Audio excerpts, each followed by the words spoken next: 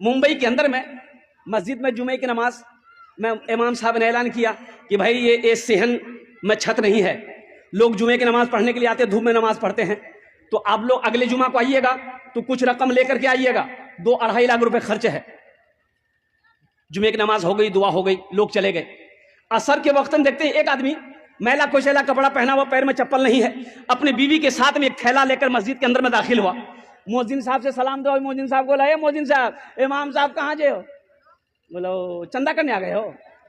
بولا نہیں، ہم چندہ کرنے نہیں آئے، چندہ دینے آئے۔ چندہ دینے آئے؟ بولا ہاں، امام صاحب تقریر کیے تھے نا جمعہ میں۔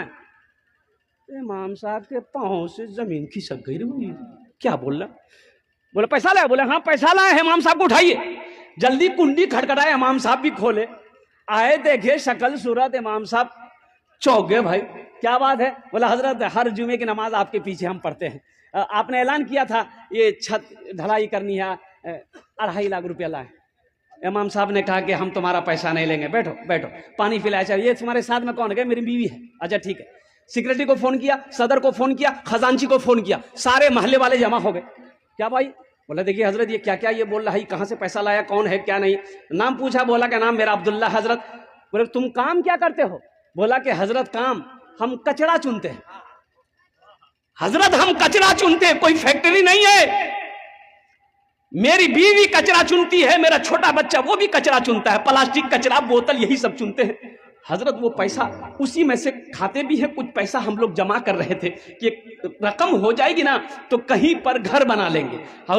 حضرت ہم لوگ روڈ کے کنارے وہ پلاسٹک ڈال کے رہتے ہیں، تو جمعے کی نماز میں آپ نے تقریر کی کہ 2.5 لاکھ روپے چاہیے، تو ہم یہ واقعہ اپنی بیوی کو سنائے، تو میری بیوی کہنے لگی کہ دیکھیے ایسا کیجئے، ہم لوگ تو جھوپڑی میں رہتے ہی ہیں، پلاسٹک کھینچ کر رہتے ہی ہیں، تو ایسا کریں کچھ دن اور برداشت کر لیں گے، پہلے اللہ کا گھر بن جائے، یہ پیسہ لے جا کر امام صاحب کو دے دیجئے، انشاءاللہ اللہ یہاں نہیں تو وہاں گھر بنا دے گا۔ مسلمانوں، امام صاحب کی آنکھوں سے آنسو جاری ہو گیا، اور محلے والے کھڑے ہوئے، بڑے بڑے پیسے والے زمیندار کروڑ پتی لوگ تھے، بولے تو شرم کی بات ہے، چندہ کیا، آپس میں چندہ کیا، تم کتنا دو گے؟ بولا 25 لاکھ، 25,000، آپ کتنا دو گے؟ 50,000، وہ کتنا دے گا؟ 10,000، چندہ ہوا 5 لاکھ روپے چندہ ہوا، 5 لاکھ روپے چندہ ہوا۔ چندہ کو امام صاحب نے اپنے پاس رکھا، ان سے پوچھا کہ بھائی ایسا کرو تمہارے پاس کتنا؟ بولا حضرت 2.5 لاکھ۔ بولا لے آؤ، 2.5 لاکھ روپے تم مسجد میں دینا چاہتے ہو؟ بولا حضرت یہی نیت کر کے آئے، قبول کر لی۔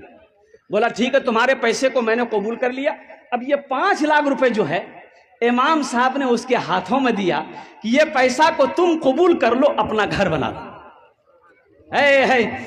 وہ غریب کی آنکھوں سے آنسو جاری ہو گیا۔